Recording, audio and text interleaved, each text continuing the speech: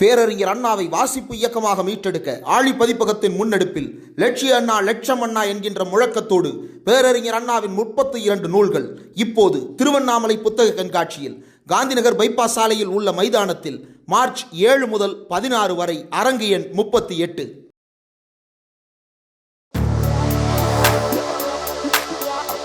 Welcome to on record.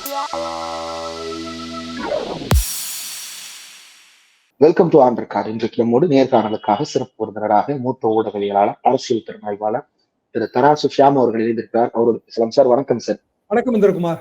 நேற்றைக்கு ரம்ஜான் மாதம் தொடங்குகிறது. அதற்கு எல்லோரும் வாழ்த்துக்களை பரிமாறிக்கொண்டிருந்த நேரத்துல 7 மணிக்கு பிரதமர் மோடி பேசுகிறார் அப்படின்னு சொல்லிட்டு ஒரு செய்தி வந்த உடனேயே ட்விட்டர்ல பரபரப்பு தொடங்கிருச்சு. எதிர்பார்த்தது போலவே சிஏஏ சட்டம் அமல்படுத்தப்படும் அப்படின்னு சொல்லிட்டு நோட்டிஃபை பண்றோம் அப்படின்னு சொல்லி அறிவிச்சுட்டாரு. ரூல்ஸ் ஃப்ரேம் பண்ணிட்டாங்க. இது எப்படி பாக்குறீங்க சார்?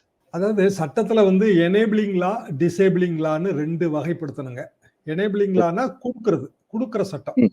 இப்ப நம்மளோட குடியுரிமை சட்டம் என்பது 1955 ஆதார சட்டம். எனேபிளிங் லா அதாவது ஒருவருக்கு குடியுரிமையை கொடுக்கிறது. அப்படின்னா நம்ம நேஷனாலிட்டிக்கும் சிட்டிசன்ஷிப்புக்கும் இடையிலான அந்த நுணுக்க வேறுபாட்டை புரிந்து கொள்ள வேண்டும். நேஷனாலிட்டினா நமது நாடு, குடியுரிமை என்பது கொடுக்கப்படுவது எனேபிளிங், அதாவது சிட்டிசன்ஷிப். இப்போ 55க்கு முன்னாடி இருந்த நிலைமை என்ன அப்படின்னா, சுதந்திர இந்தியாங்கிறது பிரிட்டிஷ் இந்தியால இருந்து உருவாகுது. 47 சுதந்திரம், 50 நம்மளோட அரசியல் சாசனம். இந்த 2க்கும் நடுவுல இந்த நாட்டுல காலங்காலமாக வாழ்கிறவர்களும் இருந்திருப்பாங்க, புதிதாக வந்தவர்களும் இருந்திருப்பாங்க, பாகிஸ்தான்ல இருந்து வந்தவர்களும் இருந்திருப்பாங்க, ஆப்கானிஸ்தான்ல இருந்து வந்தவர்களும் இருந்திருப்பாங்க, அவர்களுக்கு குடியுரிமை இல்லாமலும் இருந்திருக்கும், நாடற்றவர்களாகவும் இருந்திருப்பாங்க. இப்ப இந்த மாதிரி நேரத்துல நம்ம 50-55 வரைக்குமான காலகட்டத்துல நம்ம என்ன பண்ணிட்டு இருந்தோம் அப்படின்னா, நீங்க இந்தியால இருக்கிறீங்க, உங்க அப்பாவோ அல்லது உங்க தாத்தாவோ யாரோ ஒருத்தர் இந்தியரா இருந்தா போதும், நீங்க இந்திய நாடுதான், உங்களுக்கு இந்திய குடியுரிமை ஆட்டோமேட்டிக்கா தரப்படுகிறது. இதே மாதிரியான எனேபிளிங்லா எல்லா நாடுகள்லயும் இருக்கும். இப்போ உதாரணமா நம்ம எல்லாருக்கும் தெரிஞ்சது அமெரிக்கால கிரீன் கார்டு வாங்குறது, அமெரிக்காவோட சிட்டிசனா மாறுறது. சிட்டிசன்ஷிப் அமெரிக்கா கொடுக்குது உங்களுக்கு. அதுக்கு பல நிபந்தனைகள் இருக்கும். 12 வருஷம் இருக்கணும், இவ்வளவு இந்த மாதிரி பணியாற்றி இருக்கணும், பல நிபந்தனைகள் இருக்கும். நம்ம நாட்டிலே அப்படி நிபந்தனைகளுடன் கூடிய குடியுரிமை தரப்படுகிறது காலங்காலமா. உதாரணமா 12 வருஷம் இந்த நாட்டிலேயே வாழ்ந்திருந்தா குடியுரிமை கிடைக்கும். நீங்க அதுக்கு அப்ளை பண்ணணும். ஆக புதிதாக யாரும் குடியுரிமை தராமல் மறுப்பது அப்படியான பேச்சு இல்லைங்க. இதுல என்ன பிரச்சனை வந்துச்சுன்னா, குடியுரிமை திருத்தம் கொண்டு வந்ததுலதான் பிரச்சனை. இது குடியுரிமை திருத்த சட்டம். குடியுரிமை திருத்த சட்டம் கொண்டு 4 வருஷம் ஆச்சு. அப்போதுல இருந்து எதிர்ப்பு இருக்கு. இப்போ அதுக்கான ரூல்ஸை ஃப்ரேம் பண்ணிருக்காங்க. அப்ப 4 வருஷம் கழிச்சு ஒரு சட்டத்துக்கு ரூல்ஸை ஃப்ரேம் பண்ணலாமான்னா, 6 மாசத்துக்குள்ள ரூல்ஸ் ஃப்ரேம் பண்ணலன்னா சட்டம் ஆட்டோமேட்டிக்கா காலாவதி ஆயிரும். ஆனா 6 மாசத்துக்கு ஒரு தடவை மீண்டும் மீண்டும் அதுக்கு ஒரு எக்ஸ்டென்ஷன் வாங்கிட்டே இருக்கிறது. பிஜேபி அரசு 2019 குடியுரிமை திருத்த சட்டத்தை கொண்டு அதுக்கு பிறகு இன்றைய தேதி வரைக்கும் அதுக்கான விதிகளை அறிவிக்காம 6 மாசத்துக்கு ஒருக்க எக்ஸ்டென்ஷன் வாங்கிட்டே இருக்காங்க. இதுவே ரொம்ப சிரமமான விஷயம் இல்லையா சார்? ரூல்ஸ் ஃப்ரேம் பண்றது, அதுவும் குடியுரிமைக்கான சட்டம் எழுதுவதுன்றது கஷ்டமான வேலை இல்லையா? இந்த கஷ்டமான வேலைக்கு அவங்க காலம் எடுத்துக்க கூடாதா? இல்ல குடியுரிமை சட்டம் என்பது 1955 இருக்கு. இது குடியுரிமைக்கான சில திருத்தங்கள் மட்டும்தான். நான் சொல்றதை இப்ப நல்லா புரிஞ்சுக்கங்க.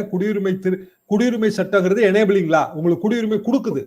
இப்ப இதுவே டிசேபிளிங் லா இருக்கு. அதாவது இயற்கையாகவே உங்களுக்கு கிடைக்கிற உரிமையை மறுப்பது. சில சட்டங்கள் அப்படி மறுக்கும். அது இயற்கையான உரிமை.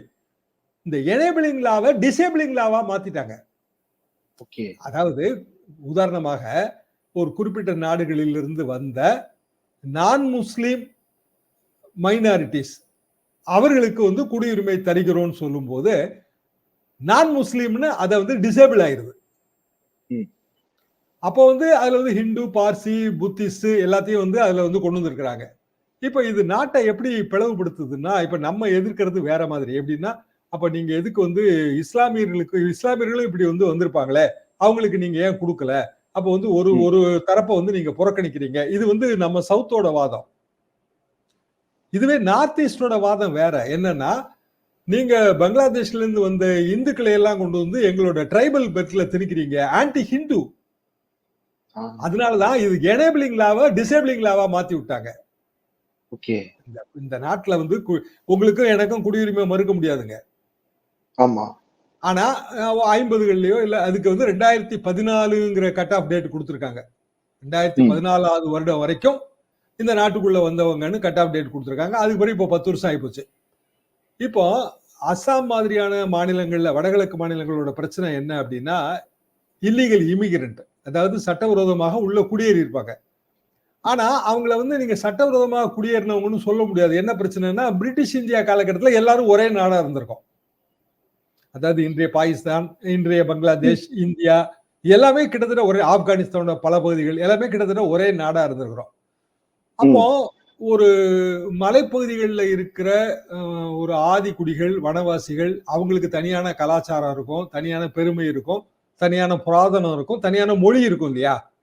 அப்போ திடீர்னு வந்து அங்க வந்து ஒரு ஒரு 20 வருஷமா 50 வருஷமா வேற ஒருத்தங்க வந்து குடியேறி, அதுவும் குறிப்பா வந்து வங்காள மொழி பேசுகிற இந்துக்கள் அவங்க அங்க அவங்க ஊடுருவல்காரர்கள் சொல்றாங்க. ஆனா இவங்க எல்லாருமே வந்து ஒரு காலங்காலமா இவங்களை கேட்டா என்ன சொல்லுவாங்க அப்படின்னா, நாங்க வந்து அந்த காலத்துல இருந்து இங்கதாங்க இருக்கிறோம். எப்போ அப்படின்னு கேட்டா அது 1940 40ல இந்தியா இருந்ததான்னா இல்ல, பிரிட்டிஷ் இந்தியா. சோ இது வந்து ஒரு மிகப்பெரிய ஒரு கடினமான ஒரு கட்டம். இந்த சட்ட திருத்தம் நமக்கு வந்து தேவையில்லை. இதுக்கு பதிலா வந்து சட்டவிரோதமாக இதுல வந்து ஊடுருவல்காரர்கள் இருப்பாங்க, இல்லைன்னு சொல்ல முடியாது, கண்டிப்பாக இருப்பாங்க. அவர்களை வந்து இவ்வளவு பெரிய ஒரு நாடு, இவ்வளவு பெரிய படைபலம் வச்சிருக்கிறோம், அவர்களை இனங்கொண்டு கொண்டு அவர்களை வந்து அகற்றுவதுங்கிறது எளிது. ஃபார் எக்ஸாம்பிள், ஒரு 1,00,000 பேர் ஊடுருவி இருக்காங்கன்னு வச்சுக்கோம். இந்த 1,00,000 பேரை நீங்க கண்டுகொள்வது என்பது மிக எளிது. அதுக்கு பதிலாக வந்து நீங்க மொத்தமா வந்து ஒரு 5 கோடி பேரை பாதிக்கக்கூடிய ஒரு டிசேபிளிங் லாவா மாத்திடுறீங்க. ஒரு எனேபிளிங் லாவை டிசேபிளிங் லாவா மாத்திடுறீங்க. அதாவது கொடுக்கிற சட்டத்தை எடுக்கிற சட்டமா மாத்திட்டீங்க. இதுதான் இதோட முக்கியமான வேறுபாடு. கேளுங்க. இப்ப அடுத்து வந்து என்ஆர்சி தான் அதற்கு அடுத்து முக்கியமா ரொம்ப பெரிய பிரச்சனையா கருதப்படுது. சிஏஏ அப்படின்றது சட்டம், என்ஆர்சி அப்படின்னு ஒரு ரிஜிஸ்ட்ரிய போட்டு அதுல பதிவேற்றுறாங்க அப்படின்னு.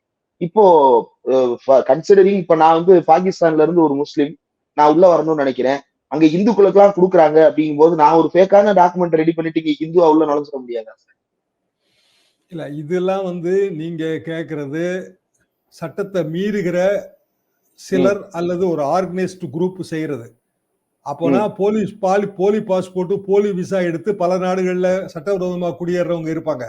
அதுக்காக நம்ம பாஸ்போர்ட் சிஸ்டம், விசா சிஸ்டமே தப்புன்னு ஆர்கியூ பண்ண முடியாது. அடிப்படையில வந்து ஒரு அரசு ஒரு சட்ட திருத்தம் கொண்டு வரும்போது அதுக்கு ஒரு நோக்கம் இருக்கணும். அந்த நோக்கம் நாட்டை ஒற்றுமைப்படுத்துவதாக இருக்கணும். அந்த நோக்கத்தின் விளைவாக நாடு பிளவுபடக்கூடாது இல்லையா? அப்போ மேற்கு வங்கத்துல குறிப்பா 42 சீட் இருக்கு. இந்த 42 சீட்ல ஒரு குறிப்பிட்ட இனக்குழு 18% ஓட்டு வச்சிருக்காங்க. இவங்க வந்து இந்த கங்கை கரையில, கங்கை வந்து கடலோட கலக்கிற இடத்துல, எதுக்காக நான் இவ்வளவு டீட்டெயிலா சொல்றேன்னா, இந்த மேற்கு வங்க மாநிலத்துல நான் என்னோட நூலுக்காக ரொம்ப இன்டீரியர் ஏரியால எல்லாம் டிராவல் பண்ணாங்க. ஒரு 15 வருஷத்துக்கு முந்தி, 15-17 வருஷம் இருக்கும். அது வீர திருமகன்கிற பேர்ல நூலாவும் வெளிவந்திருக்கு. அப்பதான் நான் இதெல்லாமே நானே உணர்ந்து கொண்டேன். என்னன்னா, அங்க வந்து ஒரு குறிப்பிட்ட, இப்ப நம்ம சதுர்வர்ணம் சொல்றோம் இல்லைங்களா, 4 ஜாதி, பிறப்பால் 4 ஜாதி. 4வது ஜாதிக்கு மேல இருக்கிற ஒரு சூத்ராஸ், அவங்க வந்து போட்மேன் கம்யூனிட்டி, அதாவது கங்கையும் கடலும் கலக்கிற இடத்துல கலிமுக பகுதியிலையும் கங்கை பகுதியிலையும் மீன் பிடித்து வாழ்றவங்க 18% பேர். இவங்க வந்து அப்படியே வந்து மேகாலயா பல இடங்கள்ல ஊடுருவி இருக்காங்க. இவங்க வந்து ஹிந்துஸ். பிரச்சனை என்ன அப்படின்னா, இவங்களுக்கு வந்து இவங்க அந்த காலகட்டத்துல வந்து நாடு வந்து இந்தியா, பாகிஸ்தான், பங்களாதேஷ்ங்கிற அந்த எல்லை கோடுகள் வரையறை செய்யப்படாததுனால இவங்கள பலருக்கு வந்து குடியுரிமை இல்லை. ஆனா இவங்க வந்து மேற்கு வங்க மாநிலத்துல ஒரு முக்கியமான ஒரு வாக்கு வங்கியா இருக்கிறாங்க. மம்தா பானர்ஜிக்கு எதிர்ப்பான வாக்கு வங்கியா இருக்காங்க. பாரதிய ஜனதா இவங்களை குறி வச்சுதான் பணியாற்றிக்கிட்டே வருது. 2019 காலகட்டத்தில் வந்து பாரதிய ஜனதா வந்து மேற்கு வங்கத்துல அதிகமான ஓட்டு சதவீதம் வாங்கியிருக்கு, கிட்டத்தட்ட 40%. அதுக்கெல்லாம் காரணம் இவங்களோட சப்போர்ட் தான். நேற்றைக்கு வந்து இவங்களோட ஆதி குரு ஒருத்தர், அவரு வந்து அவரோட பிறந்த நாள் நேற்றைக்கு. ஸோ அவங்க வந்து இதை பெரிதா கொண்டாடுறாங்க. அப்போ வெறுமனே தேர்தல் வெற்றிக்காக நாட்டை வந்து பல முனையாக பாரதிய ஜனதா பிளவுபடுத்தி இருக்கு. அதாவது தமிழகத்துல வந்து இது வந்து இஸ்லாமியர்களுக்கு எதிரானது அப்படிங்கிற உணர்வு இங்க வருது. அஸ்ஸாம் மாதிரியான வடகிழக்கு மாநிலங்கள்ல இது பூர்வ குடிகளுக்கு எதிரானது. வேற்றுமொழி பேசுகிற இந்துக்களை வந்து எங்களோட மலை பிரதேசங்கள்ல நீங்க குடியேற்ற முயற்சிக்கிறீங்க. ஏற்கனவே நாங்க அவங்களால கஷ்டப்பட்டு இருக்கோம். அதே நேரத்துல மேற்கு வங்கத்துல வந்து இல்ல இது வந்து மம்தா பானர்ஜிக்கு எதிரானது. இப்படி வந்து பல முனைகளாக இந்த நாட்டை வந்து பிளவுபடுத்திட்டாங்க. அதாவது என்ன பிரிட்டிஷ்காரன் என்ன பண்ணானோ அதே வந்து பிஜேபி செய்யுது. இந்து முஸ்லீம்ங்கிற அந்த ஒரே டிவைட் தான். வங்காளங்கிறது ஒரு பெரிய பகுதிங்க, நிலப்பகுதி. அங்க இஸ்லாமியர்களும் இந்துக்களும் கலந்து வாழ்றாங்க. திடீர்னு வந்து பிரிட்டிஷ் இந்தியா வந்து இது இஸ்லாமியர்கள் பேசுற பகுதி வந்து தனிப்பகுதி, கிழக்கு பாகிஸ்தான் அது இவங்க வந்து தனிப்பகுதி இப்படின்னு பிரிக்கும் போது வங்க பிரிவினை அதை எதிர்த்து பெரிய போராட்டங்கள் நடக்கு. ஹிஸ்டரியில அதெல்லாம் ஒரு பெரிய ரத்தம் தோய்ந்த வரலாறுங்க. அடிப்படையில எல்லாருமே வங்காள மொழி பேசுறவங்க, ஒரே கலாச்சாரம், ஆனா மதம் மட்டும் வேற. இப்போ ஒரு சட்டம் என்பது இப்படி மத ரீதியாக பிரிக்கும் போது இப்போ வந்து அன்டாக்குமெண்டட் நான் முஸ்லிம் மைனாரிட்டிஸ் இதுதான் இதோட இப்ப இந்த குடியுரிமை திருத்தத்துல வர்ற விஷயம். இது சுருக்கமா சொன்னா எந்த டாக்குமெண்ட்டும் இல்லாத இஸ்லாமியர்களாகவும் இல்லாதவர்களுக்கான சட்டம் இது. அதாவது இந்துஸ், பார்சிஸ், புத்திஸ்ட் எப்படி. ஓகே, இது எலெக்ஷன்ல இவங்களுக்கு அப்ப அறுவடையை கொடுக்கும்னு தான் எதிர்பார்க்கலாமா சார்? இப்ப மேற்கு வங்கத்துல ஏற்கனவே ஓட் பெர்சன்ட் ஏற்றிட்டாங்க. இந்த இடத்துல தான் நீங்க முக்கியமான இடத்துக்கு வரீங்க. இப்போ தமிழ்நாட்டுல வந்து பாரதிய ஜனதா கட்சிக்குள்ள இப்போ போறதுலாம் யாரு கூட்டணியாக போறது? டிடிவி தினகரன், ஓபிஎஸ், அப்புறம் வந்து வேலூர்ல ஏசி சண்முகம், அப்புறம் வந்து நம்ம வாசன், இன்னும் சின்ன சின்ன கட்சிகள் யாரு போறதா இருந்தாலும். ஆனா எல்லாருமே வந்து பிஜேபி எடுத்திருக்கிற இந்த முடிவால பாதிக்கப்படுவாங்க.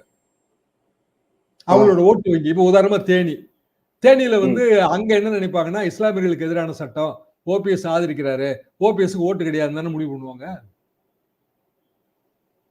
அப்போ பிஜேபி வந்து தமிழ்நாட்டுல அவங்க யாரெல்லாம் அவங்க கூட்டணிக்குள்ள கொண்டு வராங்களோ அவங்க கழுத்தெல்லாம் அறுத்துட்டாங்க. அப்படியே நேரம் ஆந்திரா தெலுங்கானா அவங்க புதுசா கூட்டணிக்குள்ள போயிருக்கிறது யாரு? டிடிபி, தெலுங்கு தேசம், பவன் கல்யாண். அவங்க எப்படி வந்து இந்த குடியுரிமை திருத்த சட்டத்தை ஆதரிச்சுட்டு ஓட்டு கேட்க போக முடியும்? பிஜேபி வந்து முதல்ல இருந்தே இதுல தெளிவா இருக்கு. அது அவங்க வந்து நாங்க இதை கொண்டு வந்துதான் தீர்வோன்னு சொல்றாங்க. ஆனா கூட்டணி பேச்சுவார்த்தைகள், தேர்தல் பேச்சுவார்த்தைகள்லாம் முடிந்து தேர்தல் நடக்க போற ஒரு அட்டவணை வரப்போற ஒரு காலகட்டத்துல இந்த மாதிரியான ஒரு அறிவிப்பு என்பது தமிழ்நாடு, கேரளா, ஆந்திரா, தெலுங்கானா போன்ற மாநிலங்களில் வேறு மாதிரியான உணர்வை ஏற்படுத்தும் போது அந்த மாநிலத்தில் இருக்கிற பிஜேபி கூட்டணி கட்சிகளுக்கு பெரிய இடைஞ்சல். கூட்டணி விட்டு இப்ப வெளியில வர முடியாது, டூ லேட். ஆனா கூட்டணிக்குள்ள இருந்தும் வேலை பார்க்க முடியாது. அப்போ இந்த 4 மாநிலத்தை பத்தி பிஜேபி கவலைப்படல. இது தோல்வி வருங்கிறது தான் எல்லாத்துக்குமே தெரிஞ்சு போயிருமா இப்போ. அப்போ யாரெல்லாம் டவுன் பண்றாங்க இதுல? ஓபிஎஸ்சியும் கீழே இறக்கி விடுறாங்க. அப்புறம் வந்து சந்திரபாபு நாயுடு கீழே இறக்கி விடுறாங்க. அப்புறம் வந்து தெலுங்கானால அவங்க கீழே இறக்கி விடுறாங்க. ஒரிசா வந்து இப்போ அவங்க உஷாராயிருவாங்க, வரமாட்டாங்க. இப்போ நான் சொல்றது நீங்க வந்து எழுதி வேணாலும் வச்சுக்கோங்க. ஒரிசால வந்து ஆளுங்கட்சியும் முக்கிய எதிர்கட்சியுமான பிஜேபியும் சேர்றதாக திட்டம் இருந்துச்சு இல்லையா? கடந்த சில தினங்களாக அதுதானே பேச்சில் அடிபடுது. அதாவது பிஜு ஜனதா தளமும் பிஜேபியும் கூட்டணி. இப்ப பிஜு ஜனதா தளம் வராது. ஏன்னா ஒரிசால வந்து இது அவங்கள பாதிக்கும். அப்போ பிஜேபி வந்து அதை பத்தி கவலைப்படல. அவங்களை பொறுத்த வரைக்கும் ஹிந்து பிராண்ட், நாங்க வந்து இந்துக்களுக்காக பாடுபடுறோம், இந்துக்களின் நன்மை தான் எங்களோட நன்மை, அதுக்காக நாங்க எந்த எல்லைக்கும் போவோம் இப்படிங்கிற அந்த ஹிந்து பிராண்ட மட்டும்தான் அவங்க வந்து முக்கியமானதாக கருதுகிறார்கள். நாடு பிளவுபடுது, நாட்டுல இது தேவையற்ற சர்ச்சைகளை ஏற்படுத்துது. இன்னும் சொல்ல போனாங்க, இந்த நேற்றுக்கு வந்த ரூல்ஸ் இருக்கு இல்லைங்களா, அதுக்கும் முன்னாடியே குடியுரிமை திருத்த சட்டம் அமலாயிருச்சு. அது உங்களுக்கு தெரியுமா? 38 டிஸ்ட்ரிக்ட் மேஜிஸ்ட்ரேட்டுக்கு அதிகாரம் கொடுத்தாச்சு. அதாவது இந்த மாநிலங்கள்ல, குறிப்பான மாநிலங்கள்ல 38 டிஎம்ஸ், டிஸ்ட்ரிக்ட் மேஜிஸ்ட்ரேட், அவங்க கிட்ட நீங்க வந்து சிட்டிசன்ஷிப் கேட்டு நீங்க அப்ளை பண்ணலாம். அவங்க உங்களை வெரிஃபை பண்ணிட்டு உங்களுக்கு சிட்டிசன்ஷிப் கொடுப்பாங்க. அது மாதிரி இப்ப ஆயிரக்கணக்கான பேருக்கு கொடுத்தாச்சுங்க புதிய சட்ட திருத்தப்படி. ரூல்ஸே இல்லாம. ரூல்ஸ் வந்து இந்தியா முழுவதுக்கும் அமலாதுங்க. ஒவ்வொரு ஆமா. மாநிலமும் அதை நோட்டிஃபை பண்ணணும். மாநிலம் நோட்டிஃபை பண்ணாது. உதாரணமா தமிழ்நாடு பண்ணாது. மேற்கு வங்காளம் பண்ணாது. இப்படி பல மாநிலங்கள் இதுக்கு எதிர்ப்பு அவங்க பண்ண மாட்டாங்க. ஆனா அதுக்கு முந்தியே வந்து ஒரு அன்டாக்குமெண்டட் நான் முஸ்லீம் மைனாரிட்டிஸ் அவங்க விரும்புனா குறிப்பிட்ட நீதிபதி முன்னாடி அவங்க ஆஜராகி இந்த புதிய சட்ட திருத்தத்தின்படி இந்திய குடியுரிமைக்கு விண்ணப்பிக்கலாம் அப்படின்னு அவங்க 2022லயே கொண்டு வந்தாச்சு. 2 வருஷத்துக்கு முந்தைய கொண்டு வந்து கொடுத்தாச்சு. அப்போ இப்ப ஏன் இதை அவசரமா வந்து இந்த ரூலை நோட்டிஃபை பண்ணணும்? நோட்டிஃபை பண்ணாலும் இப்ப தேர்தலுக்குள்ள ஒண்ணும் ஆக போறது இல்ல. எல்லா மாநிலம் எதுக்குற மாநிலம் எதுக்குங்க, அதை வந்து அமல்படுத்தவே அமல்படுத்தாது. ஆதரிக்கிற மாநிலம் பிஜேபி ஆதரிக்கிற மாநிலம் ஆதரிக்கும். ஆனாலும் 2 மாசத்துக்குள்ள என்ன நடந்துற போகுது? ஒண்ணு நடக்க போறதே இல்லைங்களே. ஏற்கனவே தான் வந்து நீங்க வேணுங்கிறவன் தான் அந்த சம்பந்தப்பட்ட நீதிபதி முன்னாடி ஆஜராகி அவன் தான் வந்து வாங்கிட்டே தானே இருக்கான். அப்ப பயந்துருக்காங்களா சார்? எலெக்ஷனுக்கு எப்படியாவது ஒரு கன்சால்டேஷனை 80 vs 20 நடத்திடணும்ன்ற ஒரு பயம் வந்துருச்சா சார்? இப்பதான் நீங்க உண்மையான பாயிண்ட்டுக்கு வரீங்க. என்னன்னா பிஜேபியோட பதற்றமும் பயமும் தான் இதுல வந்து வெளிப்படுது. இந்த பதற்றம், பயம் இது அவங்களுக்கு வந்து எலெக்ஷன்ல ரிசல்ட்டா மாறுமா? மாறும் என்பதுதான் எனது கணக்கு. என்னன்னா இவ்வளவு டிவிசிவா நீங்க பாலிடிக்ஸ் பண்ணிட்டீங்கனாலே அடி வாங்கிடுவீங்க. இதேதான் வந்து இந்திரா காந்தி அம்மா பண்ணாங்க. 1975 எமர்ஜென்சி, 75, 76 அதெல்லாம் கண்ணால பார்த்தவங்க தான் நாங்க எல்லாம். 77 அசைக்கவே முடியாத இரும்பு சக்தி இந்திரா காந்தின்னு சொல்லப்பட்டது அடி வாங்கிருச்சு. அதுக்கு பிறகு அவங்க அந்த ரியலைஸ் பண்ணாங்க. 3 வருஷம் கழிச்சு திருப்பி வந்தாங்க. அதுக்கு பிறகு திருப்பி இதே மாதிரியான உத்தியைத்தான் பஞ்சாப்ல பயன்படுத்தி பிந்திரன்வாலாவை வளர்த்து விட்டாங்க. அதுவே கடைசியில ப்ளூ ஸ்டார் ஆபரேஷனுக்கு போச்சு. ப்ளூ ஸ்டார் ஆபரேஷன் மூலமாக கடைசியில இந்திரா காந்தி அம்மாவோட உயிருக்கே வந்து ஆபத்து வந்தது. இதெல்லாம் சரித்திரம் கண்ட உண்மைங்க. மிக ஆபத்தான காலகட்டத்தில் இப்ப கண்டிப்பா. ஏன்னா வெற்றி ஒன்றுதான் இலக்குன்னு எந்த எக்ஸ்டென்ட்டுக்கும் போலான்னு ஒரு அரசியல் கட்சி துணியிறது இருக்கு பாத்தீங்களா, அது ரொம்ப ஆபத்தான. ஏன்னா அதே துணிச்சல் தான் இந்திரா காந்தி எடுத்தாங்க. உங்க சரித்திரத்துல உங்க பத்திரிகையாளர் வரலாற்றுல நீங்க கண்ணால பார்த்திருக்க மாட்டீங்க. எங்க வரலாற்றுல நாங்க இதை கண்ணால பார்த்து அனுபவிச்சிருக்கோம்.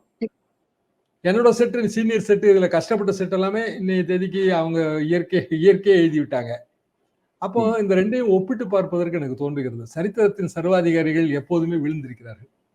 விழும்போது ஏற்படுகிற வலியும் வேதனையும் அதிகம். சரித்திர முடிவுகள் திரும்ப நடக்கின்றனவா பொறுத்திருந்து பார்க்கலாம் சார். இவ்வளவு நேரம் ஒதுக்கி இந்த நேர்காணல் தந்ததற்கு மிக்க நன்றி சார்.